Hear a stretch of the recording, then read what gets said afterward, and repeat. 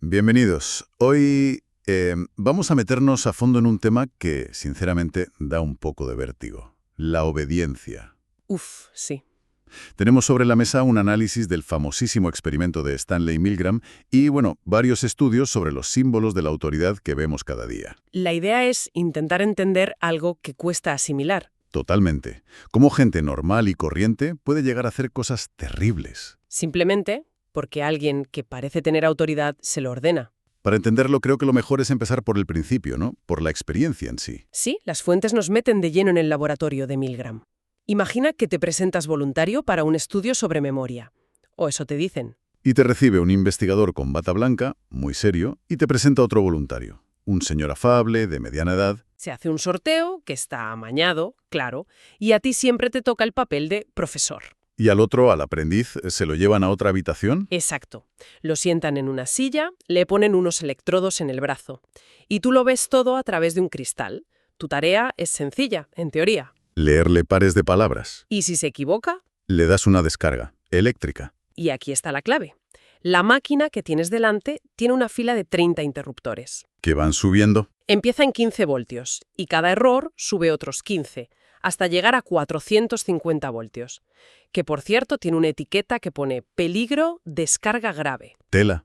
Y el investigador te dice, con toda la calma del mundo, por cada error administre la siguiente descarga. Al principio todo va bien. Fallos, descargas leves. Pero la cosa empieza a torcerse muy rápido. A los 75 voltios ya escuchas un quejido. A los 120 el hombre grita que el dolor es real. Y a los 150 voltios la cosa ya se pone muy seria. El tipo suplica. Dice, basta ya, sáquenme de aquí, por favor. Mi corazón empieza a molestarme. Y tú, el profesor, miras al investigador, lógicamente angustiado. Pero el de la bata blanca ni se inmuta. Con una tranquilidad pasmosa te dice, por favor, continúe. Oh, el experimento requiere que continúe. ¿Y la mayoría de la gente? Continúa. Sí. Los gritos del aprendiz se convierten en alaridos de agonía. Empieza a dar patadas a la pared, vuelve a mencionar lo de su problema de corazón. Y de repente, a los 330 voltios, Silencio. un silencio absoluto, sepulcral. No hay más respuestas, no hay gritos, nada. Y el investigador te ordena seguir. Te dice que la falta de respuesta se considera un error. Y la gente sigue. Sigue pulsando interruptores sobre un cuerpo que ya está inmóvil y en silencio, hasta la descarga final, la de 450 voltios. Y es justo ahí, en ese momento de máxima tensión, cuando llega el giro que lo cambia todo. Porque todo era una farsa. Exacto. Las descargas no eran reales. El aprendiz era un actor profesional. El verdadero sujeto del experimento eras tú, el profesor. Milgram no estaba estudiando la memoria. Estaba estudiando la obediencia. La pregunta real era, ¿hasta dónde llegará una persona normal, como tú o como yo, haciendo daño a un desconocido? Solo porque una figura de autoridad se lo pide. Esa es la pregunta. Vale, aquí es donde a mí se me heló la sangre leyendo las fuentes. Antes del dato exacto, ¿qué esperaban encontrar? ¿Qué predijeron sus colegas psiquiatras? Pues esa es la clave del asunto. Le preguntaron a un grupo de psiquiatras de Yale y predijeron que solo una minoría, los más sádicos, quizá un 1 o 2%, llegaría al final. Lo lógico, vamos. Pensaban que la inmensa mayoría se plantaría en cuanto la víctima empezara a quejarse de verdad. Y la realidad fue... La realidad fue que casi 2 de cada 3 personas, en torno al 65%, llegaron hasta el final. el 65%. Administraron la descarga de 450 voltios a un hombre que ya no respondía. Es una cifra brutal. Es una barbaridad.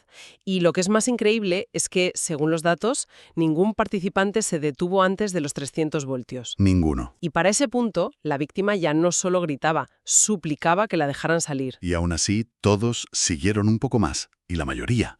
Hasta el final. Claro, la primera pregunta que surge es, ¿esa gente era un grupo de sádicos? Y la respuesta es que no. Un no rotundo. Los participantes eran un reflejo de la sociedad, obreros, profesores, comerciales, gente normal. Y no disfrutaban para nada. Los observadores describen escenas de un estrés extremo. Sí, hay una descripción que es tremenda. La de un empresario que entra sonriente y seguro, y a los 20 minutos es un manojo de nervios tembloroso y balbuceante al borde del colapso. Sudaban, temblaban, se mordían los labios, Algunos tenían ataques de risa nerviosa. Pero seguían obedeciendo. Se buscaron otras explicaciones. Quizás fue una cosa de hombres de esa época. Se repitió con mujeres. Y los resultados fueron idénticos. Idénticos. Quizás no eran conscientes del peligro. Tampoco. En una variante, el actor mencionaba desde el principio que tenía una afección cardíaca. Y dio igual. Dio igual. El 65% llegó hasta el final. Entonces, si no eran sádicos y eran conscientes del daño, ¿qué estaba pasando? La única explicación plausible era la de Milgram.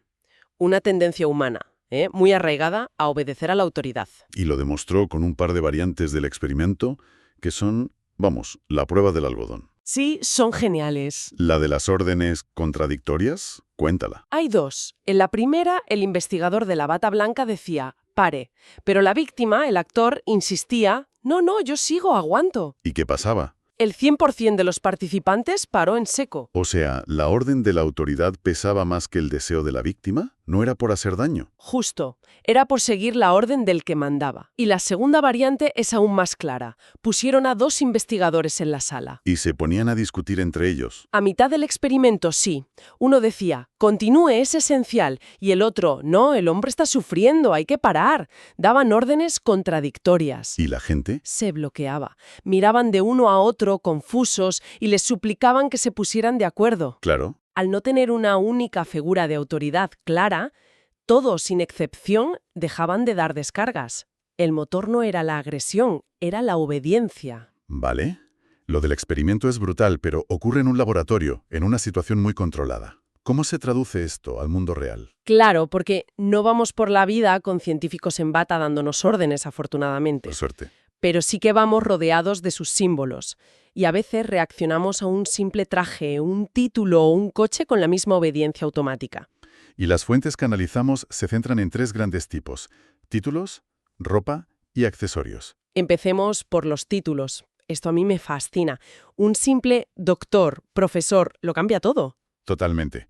Hay un ejemplo muy bueno en las notas de un profesor universitario que cuenta que miente sobre su profesión. Ah, sí. Dice que si no, la conversación se muere. La gente se vuelve súper respetuosa, deja de debatir, asiente a todo. El título crea una barrera. Y no solo cambia el comportamiento, cambia hasta la percepción física. El estudio australiano de la altura. Increíble. Sí, cuéntalo. Presentaron al mismo hombre a 5 grupos, pero cada vez con un título diferente. Estudiante, ayudante, profesor, hasta catedrático. Y luego les pidieron que estimaran su altura. Y crecía con el cargo, ¿no? Exacto. Con cada escalón de estatus era percibido como 1,5 centímetros más alto. Al final, como catedrático, medía casi 6 centímetros más que como estudiante. Es una locura. Asociamos estatus con tamaño. Pero el experimento más alarmante sobre títulos es el del doctor Astrogen. Uf, ese da miedo. Aquí un investigador llamó por teléfono a 22 unidades de enfermería. Se presentaba como un médico que no conocían y les daba una orden directa: administrar 20 miligramos de un fármaco, Astrogen, a un paciente. Hay que entender que la orden era un despropósito por todas partes. 1. Las recetas por teléfono estaban prohibidas. 2. El Astrogen no era un fármaco autorizado. Y 3. La dosis era una salvajada. La caja ponía que el máximo diario eran 10 miligramos. Él ordenaba el doble. Y 4. Era una voz anónima por teléfono, alguien a quien no habían visto en su vida. ¿Y el resultado? Aterrador. El 95% de las enfermeras fue directa al botiquín, cogió el frasco y se fue a la habitación a administrar la sobredosis. Tuvieron que detenerlas en el último momento. Sí, el simple título de doctor fue suficiente para anular su propio juicio profesional. Pasaron a modo piloto automático. Increíble. Vale. Segundo símbolo. La ropa. Un uniforme. Sí, el poder de un uniforme es algo que subestimamos constantemente. El psicólogo Leonard Dickman hizo un experimento muy sencillo en la calle. El de pedir cosas raras, ¿no? Eso es. Un tipo paraba a la gente y le pedía recoger una bolsa o darle una moneda a otra persona para el parquímetro. ¿Y qué pasaba? Con ropa de calle normal obedecía un 42% de la gente. No está mal. ¿Pero con el uniforme? Se ponía un simple uniforme de guardia de seguridad y la obediencia se disparaba al 92%. Más del doble. Es una diferencia abismal. Y lo más curioso que señalan las fuentes es que no somos conscientes de esto. No, para nada. Cuando preguntaron a otros que predijeran los resultados, pensaban que obedecería un 60% más o menos, no el 92% real. ¿Y no tiene por qué ser un uniforme? Un buen traje de negocios también funciona. En otro estudio, un hombre cruzaba en rojo. Ah, ¿sí? Con ropa de trabajo normal, le seguían unos pocos. Pero con un traje caro y bien cortado, Le seguían 3,5 veces más personas, cruzando en rojo ciegamente. El traje proyecta autoridad y competencia. aunque no la haya. Y eso nos lleva al tercer símbolo, los accesorios. O, en nuestra cultura sobre todo, los coches. El estudio de los coches es buenísimo. En San Francisco, unos investigadores se quedaban parados en un semáforo en verde y medían cuánto tardaban los de detrás en pitar. Y el resultado dependía del coche, claro. Clarísimo. Con un coche económico y viejo, casi todos pitaban de inmediato, y muchos de forma agresiva. Pero cuando el coche era un modelo de lujo, nuevo y reluciente, el 50% de los conductores esperó pacientemente, sin tocar el claxon, hasta que el coche de lujo debió por moverse. Es una reacción de deferencia casi instintiva. Totalmente. Y de nuevo, opera por debajo de nuestro radar. Si le preguntas a la gente, te dirán que pitarían antes al de lujo, por fastidiar. La realidad es la contraria. Y ese es el problema. Reaccionamos de forma automática, como un clic zumbido. Vemos el símbolo y se activa el programa de obediencia. Vale, el panorama es un poco deprimente, la verdad. Parecemos marionetas. ¿Hay alguna forma de defenderse? ¿Cómo podemos decir no? Porque tampoco se trata de rebelarse contra todo. A veces seguir a un experto es lo más inteligente. Por supuesto. La solución no es la rebelión, es el discernimiento. La clave es desconectar ese piloto automático. Y para eso las fuentes proponen una estrategia muy simple: hacerse 2 preguntas. Venga, vamos a verlas. La primera, La primera ¿es esta autoridad un verdadero experto? Y es una pregunta con trampa, porque nos obliga a fijarnos no solo en las credenciales, sino en su relevancia para la situación. ponen el ejemplo del actor Robert Young, el famoso Dr. Marcus Welby de la tele. Exacto, que luego anunciaba café descafeinado, con su bata de médico, recomendándolo por sus beneficios para la salud. Y fue un éxito de ventas arrollador. Porque la gente veía al Dr. Welby. Si esa gente se hubiera hecho la primera pregunta, ¿es Robert Young un experto? Sí, un experto actor. ¿Son sus conocimientos relevantes para la salud? En absoluto. La pregunta nos saca del modo automático. De acuerdo. Esa es la primera. Ya hemos determinado que es un experto relevante. ¿Cuál es la segunda? La segunda pregunta es: ¿qué grado de sinceridad podemos esperar de este experto? O sea, pensar en sus intereses. ¿Tiene algo que ganar si nos convence? De aquí es donde entra una táctica de persuasión que es de una sutileza increíble. La de aparentar que se argumenta en contra del propio interés. Es una de las armas más poderosas. Si alguien nos da un consejo que en apariencia le perjudica un poco, bajamos la guardia por completo. Pensamos, este tío es de fiar, mira por mí. Y a partir de ahí, ya estamos vendidos. El ejemplo del camarero Vincent es de manual. El investigador que lo narra trabajó de incógnito y observó su técnica. Era el que más propinas sacaba, con diferencia. ¿Y qué hacía exactamente? Su técnica con mesas grandes era una obra de arte. Cuando el primer cliente pedía un plato, Vincent se acercaba y le decía en voz baja, como un secreto: «Mire, me temo que ese plato hoy lo está en su mejor momento. Si me permite, yo le recomendaría este otro». ¿Y el plato que recomendaba era siempre un poco más barato? Ahí está la genialidad.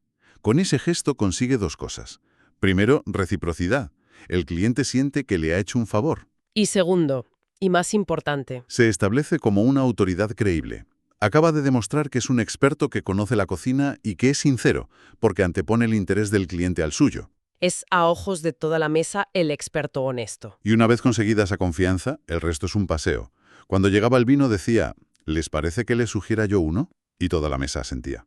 Claro, ¿cómo no fiarse? Y ahí recomendaba vinos caros, y lo mismo con los postres. La gente acababa pidiendo mucho más. Es una táctica devastadora. Sacrifica un pequeño beneficio al principio para manipular la confianza y aumentar la cuenta final. Y su propina, claro. Hay otro ejemplo rápido en la misma línea, el de un concesionario de segunda mano. Un cliente quería vender su coche por $3.000. Misma jugada. Se posiciona como el asesor de confianza que mira por el interés del cliente. Y una vez que el vendedor Picó el anzuelo, empezó el goteo. A los pocos días le llamaba: «Oye, tengo un comprador, pero 3.500 es mucho. ¿Te importaría bajar 200?». El vendedor aceptaba, pero la venta nunca se cerraba. Y así, llamada tras llamada, le fue bajando el precio hasta un nivel muy rentable para él. La misma estructura. Un pequeño sacrificio para ganar una confianza que luego se explota a lo grande. Entonces, resumiendo la defensa, la clave es la conciencia. Simplemente ser conscientes del poder inmenso que la autoridad y sus símbolos tienen sobre nuestro comportamiento. Esa conciencia ya nos pone en guardia, y a partir de ahí, aplicar sistemáticamente esas dos preguntas. ¿Es un experto relevante? ¿Y es sincero? ¿Correcto? Se trata de pasar de esa reacción automática, de ese clic zumbido, a una decisión consciente. Y todo esto que hemos analizado se centra en cómo reaccionamos a autoridades externas, ¿no? El científico, el médico, el guardia. Así es, todas las fuentes se enfocan en esa influencia que viene de fuera. Pero esto me deja pensando en algo. ¿Qué pasa con las autoridades internas? Esas que hemos creado nosotros mismos en nuestra cabeza. ¿A qué te refieres exactamente? Me refiero a esas opiniones de expertos o esos hechos establecidos que damos por sentados porque los aprendimos en su día de una fuente fiable. Ideas que se han convertido en nuestra propia bata blanca interna, dándonos órdenes. Es una reflexión muy potente para terminar. La pregunta que queda en el aire es, ¿con qué frecuencia seguimos las órdenes de esas autoridades internas sin pararnos a pensar, sin hacernos esas dos mismas preguntas? Sin cuestionar si sus credenciales siguen siendo válidas o si sus consejos siguen siendo relevantes para quienes somos hoy.